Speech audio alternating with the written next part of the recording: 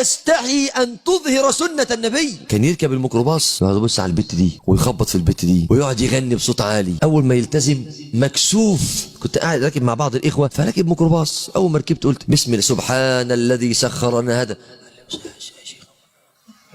يا أخو إيه يا عم الشيخ فيه بالراحة؟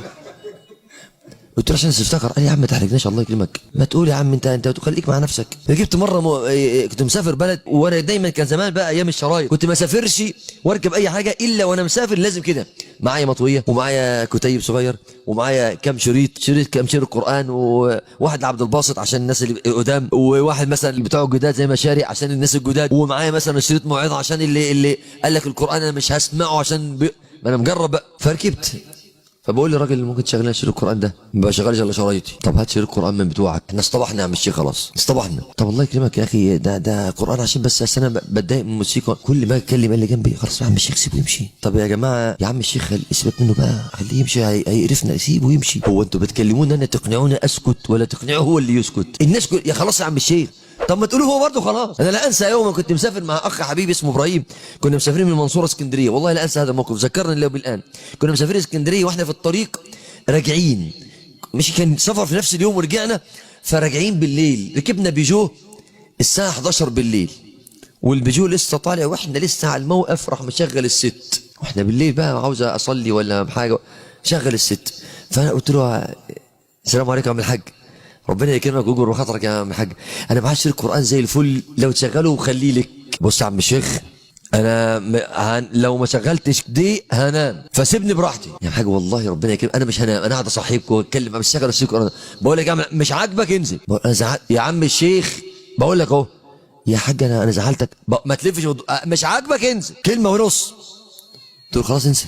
رحت نازل، نزلت انا واخ ابراهيم. على ما ركبنا بقى العربيه الثانيه وتطلع ساعه، طول الساعة بقى الأخ ده يلومني. يا عم كان زماننا نمنا، كان زماننا في نص الطريق دلوقتي. يا عم كان شاغل واحنا مالنا بقى لكم دينكم ولي دين. أنت عارف كلمات الناس بقى بالأدلة كمان، بالأدلة.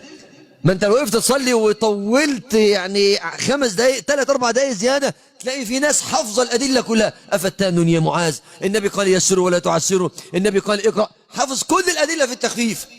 مش حافظ مثلا النبي مرة صلى المغرب بسورة الأعراف، لا مش حافظها دي خالص، مش ما يعرفهاش دي. خلينا مع الميسرين. المهم نزلت انا والاخ وقعدنا الساعه وركبنا البيجو ومشينا. والله يا اخوانا والله العظيم واحنا كلنا نايمين والساعه 3 الفجر وصلنا على مدخل المنصوره عند بلد اسمها ميت الكرماء. لقينا السواق بتاعنا وقف، كنا نايمين كلنا، السواق وقف وراح واقف من العربيه وركن في جنب ونزل، والناس بقى فاقت من الوقفه، ولقينا السواق قاعد يعيط. بتاعنا في ايه؟ قال العربيه البيجو اللي طالعه قبلي واقعين في الترعه وكلهم ميتين تحتهم. الساعه 3 الفجر ويوم برد كلهم ميتين. قلت له الاخ ابراهيم كان زماننا تحت هنا وعمهم، نجانا الله، هذا رايته بعيني، حدث معي شخصيا. لا تستحي ان تظهر سنه النبي عليه السلام. انت ايام الفساد كنت تنشر الفساد ولا تستحي. يعني اللي بيشرب سيجاره دول بيشربها في الشارع ولا بيقعد في حفره كده يشربها قدام الناس؟ صح. يعني انا دايما كده لما الواحد بيشرب سجاير مثلا ماشي في الشارع اقول يا اخي ما تشربش سجاير في الشارع، انا في الشارع ما تشربش في الشارع. قلت له اصل هنا بس ربنا شايفك. قال لي ما ربنا شايفني في كل حته. قلت له طب ما تقول لنفسك. ما يبدا اقول له يا اخي ربنا شايفك. يجي مثلا لو طول في الكلام اقول له ما تشربش في الشارع اصل انت في الشارع منك لله، صح ولا لا؟ انت لا اللي يا اخي هم بيعصوا الله اللي قاعدين على المقاهي، قاعدين في المقاهي، قاعدين في الشارع، الكراسي بس في المقاهي، انما الضمنه والطاوله والشيشك والخبط والجوزه والمعسل والتفاح والملوخيه، كل ده في الشارع قدام الناس. يسمع الاذان تلو الاذان ولا يصلي، يجاهر بالمعصيه. تقوم انت تتكسف تقول له تعالى صلي، هو يعصي الله وانت تستحي ان تطيع الله. بقول للاخوه الشباب اللي بيلتزم في الجامعه، بقول له كده اللي بيلتزم في الجامعه ولسه البنات بتعاكسه والناس بتجري وراه بنات والبنات بتتربص بيه، بقول له عارف اقول لك حل عملي؟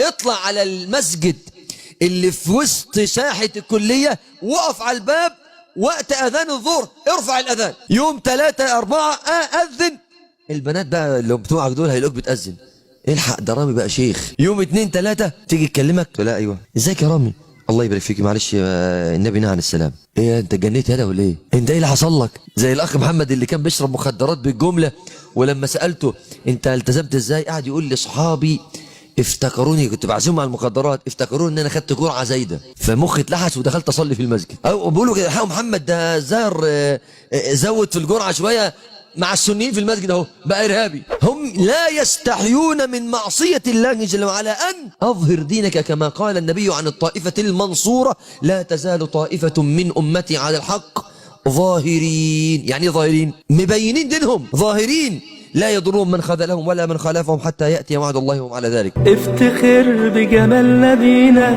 وان دينك خير دين، وان ربك بعته لينا رحمة للعالمين. ادعي انك تبقى جنبه بين صحابه وبين حبايبه، لما تعطش يملى كفه شربة منه الدم سنين.